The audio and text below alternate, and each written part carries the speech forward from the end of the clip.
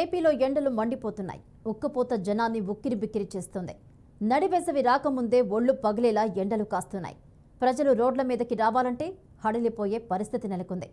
ఇవాళ 45 మండలాల్లో తీవ్ర వడగాల్పులు, 197 మండలాల్లో వడగాల్పులు వీచే అవకాశం ఉందని విపత్తు నిర్వహణ సంస్థ తెలిపింది.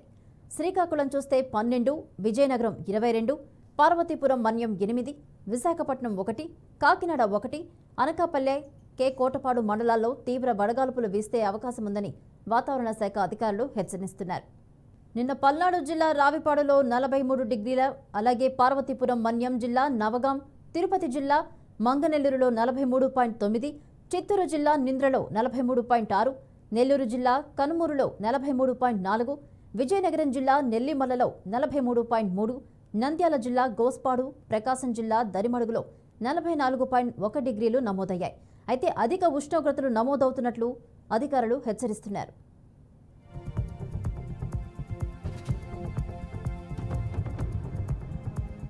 ఇక ప్రజలు వీలైనంత వరకు ఉదయం 11 గంటల నుంచి సాయంత్రం 4 గంటల వరకు ఇళ్లలోనే ఉండాలని విపత్తు సంస్థల ఎండీ కూర్మనాథ్ సూచించారు.